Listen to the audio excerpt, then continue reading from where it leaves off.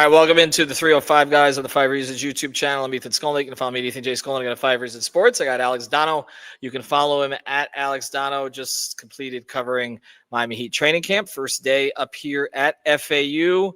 Kind of non-eventful. Not a whole bunch of things happened. Pelle Larson's working on the side, getting over a thigh contusion. Norm Powell's on the court. It's the first time we've seen him with his teammates. And then, of course, Tyler Hero is going to be out for a little while, but we're going to talk Dolphins today. We'll get to it here in a second. One of those weird nights last night where it was like something good happened, but something bad happened, and now we got to figure out where they go from here. This feels like the last 25 years. Use the code 5 FIVE at Prize Picks. You won't be able to play Tyreek Hill this year. We apologize if you went more on Tyreek Hill's yards this season. It ain't happening, and we'll get to why. But use the code 5 FIVE. You get $50 in free lineups at Prize Picks, legal in the state of Florida. You can play across the sports spectrum. Of course, the NBA is starting up here in mid-October, so that'll give you an opportunity to play that as well. You play up to two to six players together. If you see a code in there when you go to prizepicks.com, delete the code. And again, use the code 5 FIVE. That'll give you the $50 in lineups, which is the best deal that you can get. So check it out. It's prizepicks.com or the Google Play Store or the Apple App Store. All right, Donno, I was at the game last night. I did the double dip. I was at Miami Heat Media Day. Only an hour and a half to get from Kaseya Center to Hard Rock Stadium. Only trip up Biscayne. You know, when you're trying not to eat fast food, okay, and you're driving up Biscayne because you can't get on 95, it ain't the best place for you. I ultimately settled on Pollo. I knew it. That Pollo. Oh, it's so conveniently located. Yeah. Yes. It really is it's the only option because everything else I was looking at, I was going to be feeling for the next 6 days. But I did get up to the stadium, did cover the game last night. Miami Dolphins win 27-21. No turnovers, 3 turnovers on the other side. That was basically the difference. That long drive at the beginning, the Jets were running the ball really as they wanted to. They go from Pollo was the best and healthiest fast food. Although I'm more, should I say this? I'm more of a La Granja person. But that's I anyway. like if I had both, to choose. Yeah. It's harder to eat La Granja in the car though. Like Pollo, like it that's is, the thing. yeah. Like I got a couple sandwiches, it was okay. La Granja, it's like I want the noodles, I want the whole thing, I want the roast pork, I want all of it, and it's not gonna work the car. But anyway, no turnovers, 3 turnovers on the other side. That was basically the difference. Almost, gave it up at the end there, but they got 2 touchdowns from Darren Waller in his debut. But the big story is Tyreek Hill out for the season. It was obvious when it happened, even if he was smiling and joking after it with teammates, that dislocated kneecap, but also that comes with torn ligaments, torn ACL. I'll ask you this question. Do you think we'll ever see him in a Dolphin uniform again? I would lean to no. I know that most of the remainder of his contract is non-guaranteed. If I read that correctly today, and it's so unfortunate because up until he injured his knee, he was playing really well in that game. And I feel like I'm watching the game with my 7-year-old son last night. He was like a big Tyreek Hill fan, and he was happy to see him getting catches. And then his obviously he was upset, and I was upset to see that injury. I never want to see that happen to anybody. It was really, really tough to watch that dislocated knee. And then, like you said, you figure the season is over for Tyreek. He is undergoing or maybe already underwent surgery today. I know that's happening at some point Tuesday, which is today.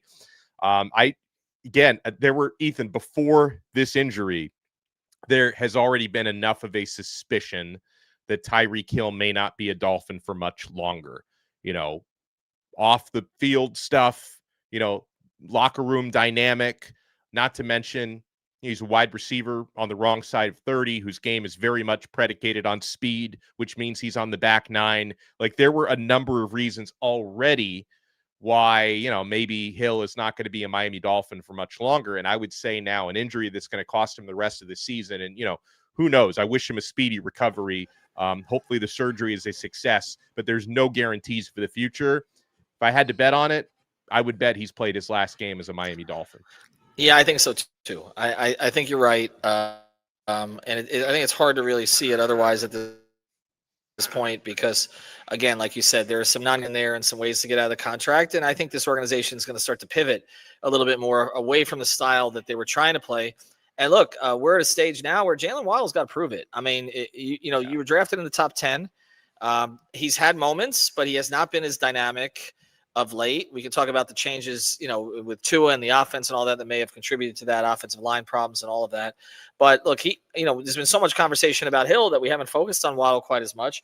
And now, like, he is the speed threat. Like, they got Malik Washington, but he's a speed threat. They're obviously going to use Waller a lot now if he can handle it, and they're going to play a little bit differently. I want to get into what that's going to look like, but I don't think I think the Tyreek Hill era, we saw it peak. It peaked pretty early on when what they added. Mark, you could go by. Don't worry about it. You're good. That's Mark Berman from all the New York Post days. Awesome. What we've seen in the past was, again, a guy who could stretch the field, was dynamic, was close to 2,000 yards. And then from there, everybody sort of figured out what the Dolphins were trying to do. Tyreek had a lot of issues, obviously, off the field that started to bleed in, which was one of the concerns when you got him. I don't think that you have to regret giving up the picks to get him because he provided what you were expecting from the beginning. But I always thought, Alex, that the shelf life with it was not going to be particularly long. And it just sort of ran out. And I think yesterday you saw a little bit of what he provides. He was playing better. But I don't think look, if you have Waddle, this team has other needs. They need to get bigger in the trenches. We've talked about that. They need to get more physical. They need to get more dynamic in those areas. They need to work the middle of the field. There's all kinds of things that they need to do. And I think having Hill and Waddle, although it was cute, the penguin and the cheetah and all that kind of stuff, and we printed T-shirts. I think it's over. I really do think it's over at this point. I want to ask you this question,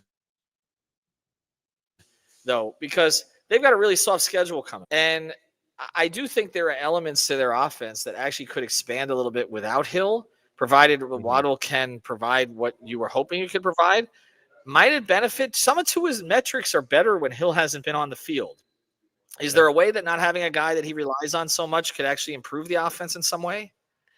Yeah, I mean, yeah, if we're reaching for that silver lining, I think the answer could be yes, especially if Darren Waller keeps doing what he did last night, because what a weapon.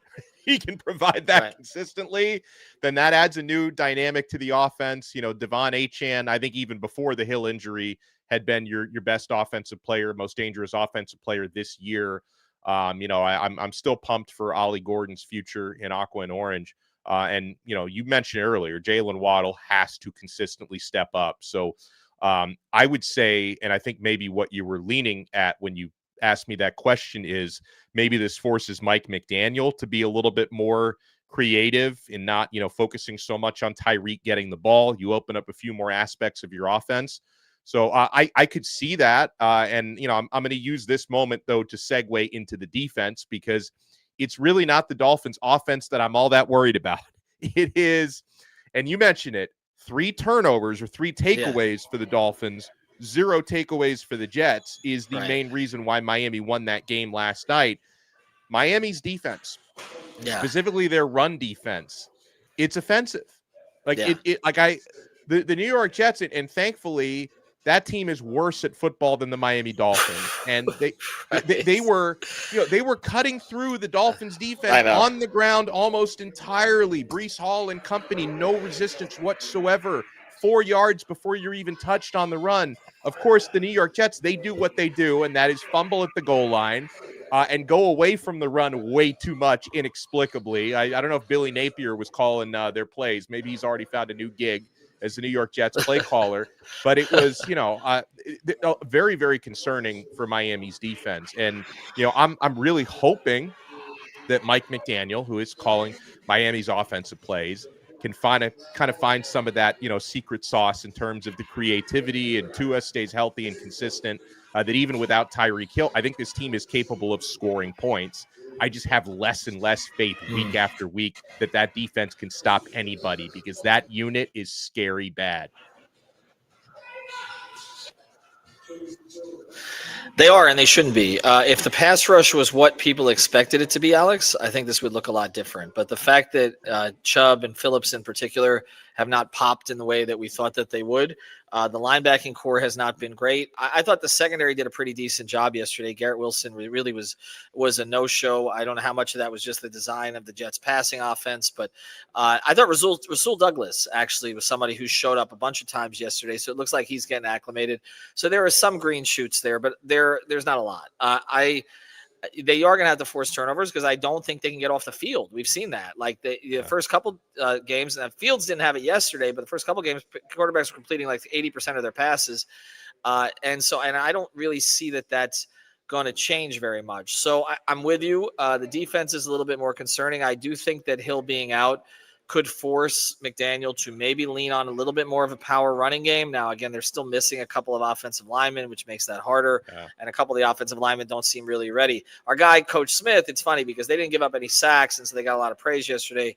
Coach Smith specializes in O-line play, and he thought the O-line was not good yesterday. And so that again has to be taken into consideration, even though Devon Achane had 97 yards. And our guy Cap here says, did Jordan Brooks have 18 tackles? He did. He actually had like 7 solo tackles in the first quarter and first half. And some of it is a good thing because he's a good player, but also some of it is nobody's making tackles before they get to him. And sometimes it's 5 and 6 yards downfield. And that's what was happening on that drive. Let's just pivot back to the offense though for a second here. And I think this is kind of where it's at. I think that when you're a really good quarterback, it does benefit you sometimes to not have a number one receiver. I think we've seen that when even Mahomes won a Super Bowl without Hill, although they have missed him at times, obviously, and now they're trying to develop other guys like Worthy, to sort of take his place. If you're Josh Allen, like right now, not having a number one receiver, I think is actually helping him. Not having to force it to Stephon Diggs and deal with the complaints and all of that relieves a burden. But I guess the question always becomes, and we'll close it here, is Tua that guy that he can do the other things so that it won't matter if he has, 2 sort of lightning fast guys on the outside. It's okay to have one, and it's okay not to have to kind of deal with force feeding that guy the ball. How do you think that plays out? I say the same thing about Tua that I've said the last 4 or 5 years. And of course, it's a little bit tougher without somebody with Tyreek Hill's experience and dynamic speed on the field. I think Tua is very much a product of what's around him. And I know for me to say that on the surface, it sounds very insulting, but that's the case for most quarterbacks, right? I mean, every now and then you get your Josh Allen types. Patrick Mahomes played very well against the Ravens this past weekend. The guys who are just that extra, that top 1% who can make extra things happen. Tua is, maybe when healthy, kind of on the upper end of that other 99%. So a lot of this is going to depend on Jalen Waddle finding more consistency, Malik Washington being the weapon that I think he can be. It's up to Mike McDaniel to find creative ways to use him. I like that sort of backhanded pitch that Tua made to him last night. Like, find creative ways to get him involved. Devon Achane, as we've seen already this year, is going to play a big part in that offense, both as a runner and as a receiver. And Ollie Gordon needs to continue to develop. The offensive line needs to, somewhat protect Tua this year. So, I mean, if everything else is really good, I still think Tua, who is someone who is capable of getting rid of the football very quickly, he's not all that athletic. He's not a guy who's great at going to his second, third read and everything, but he can get rid of the football really quickly and excel in that sort of an offense. And so, listen, I think that this offense can still go pretty far, in my opinion, with Tua staying healthy, as long as Mike McDaniel, is calling a good balanced game. Like, I know I've said it already 10 times on this episode. I don't worry nearly as much about the offense, even with Tyreek Hill out, as I worry about the defense. I think this offense can find some rhythm, at least up until you start playing cold weather games at the end of the year.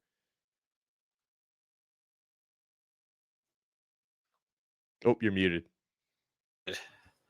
Okay, lots of people should do that to me. Final question, okay, and we'll close it here. Just give me a yes or no. If you can make the Tyreek Hill trade again with the first-round picks that you sent over, would you do it? Knowing how it played out. Yeah. Yeah, I think there was nothing wrong with making that trade. It was not Tyreek Hill's fault that the Dolphins did not maximize his window to win a championship. I think that trade was a good move. I think there are a lot of other reasons why we haven't won a Super Bowl with him here.